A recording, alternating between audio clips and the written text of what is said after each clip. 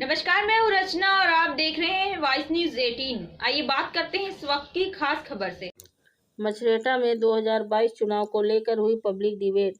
मछरेटा सीतापुर आगामी विधानसभा चुनाव को लेकर सभी दलों के गमगीनी का माहौल देखने को मिल रहा है। इस माहौल को देखते हुए मिश्रित विधानसभा क्षेत्र के मछरेटा कस्बे में एक कार्यक्रम का आयोजन किया गया। इस कार्यक्रम में जनता के साथ साथ पार्टियों के समर्थक भी सैकड़ों की संख्या में मौजूद रहे। इस कार्यक्रम कस्बा स्थित पुराने अस्पताल में कराया गया। पब्लिक डिबेट में भाजपा व सपा के कार्यकर्ताओं ने एक दूसरे की कार्यनीतियों पर जमकर हल्ला बोला। बताते चले भाजपा मंडल अध्यक्ष केपी सिंह, भाजपा कार्य समिति श्री मिश्रित, अंजनी शुक्ला, प्रेम शंकर पांडे, रामदयाल राजवंशी व काफी संख्या में भाजपा कार्यकर्ताओं ने पार्टी की नीतियों को बताया। वहीं दूसरी तरफ सपा कार्यकर्ताओं भी खूब जमकर भाजपा सरकार पर निशाना साधा। के एक वरिष्ठ कार्यकर्ता ने ये बताया कि राम जन्मभूमि मुद्दा और कृष्ण जन्मभूमि मुद्दा, इन सभी चीज़ों को लेकर के बताया, अपने सरकार की उपलब्धियां गिनाई कि हमारी सरकार ने ये सब काम किया।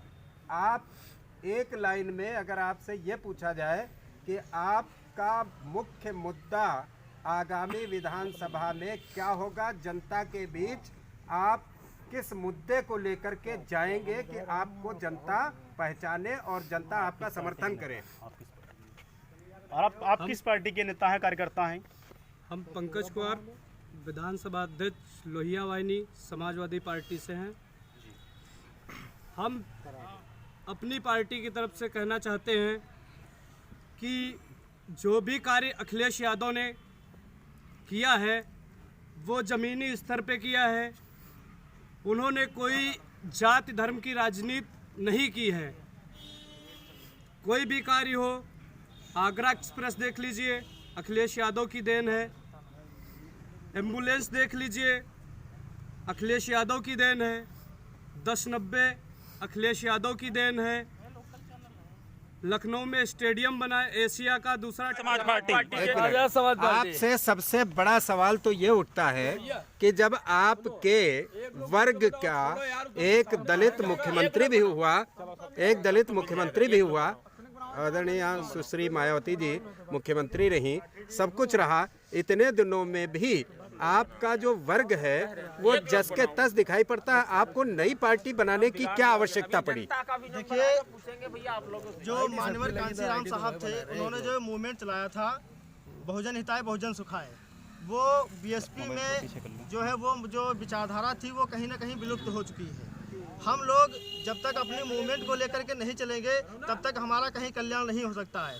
जैसे अभी बीजेपी की सरकार में देख लीजिए, हाथरस कांड जो हुआ था, क्या हिंदू धर्म में कोई रिवाज है जो रात को 100 जलाया जाता है?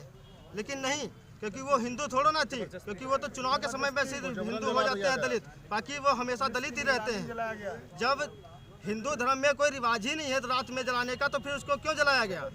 क्यों? क्योंकि ये सरकार जो है वो दलितों की सरकार नहीं है, दलितों की हितैषी सरकार नहीं है। प्रधानमंत्री जी चुनाव जब आता है तब मजदूरों के साथ में खाना खाते हैं, और जबकि स्थिति ये देश की है कि भारत जो है 101 नंबर पे है भुखमरी की कगार पे, और ICMII की रिपोर्ट कहती है कि मोदी सरकार ने 5000 करोड़ रुपए अपने विज्ञापन पर खर्च किए हैं। ये पैसा क्या उनके बाप का है क्या? ये सरकार पैसा कहाँ से खर्च कर रही है? मैं एक प्रश्न आपसे कर रहा हूँ। पहली बार उत्तर प्रदेश में एक नया संगठन आया है भीम आर्मी के नाम से। ये पहला दलितों का संगठन उभर करके सामने आया है।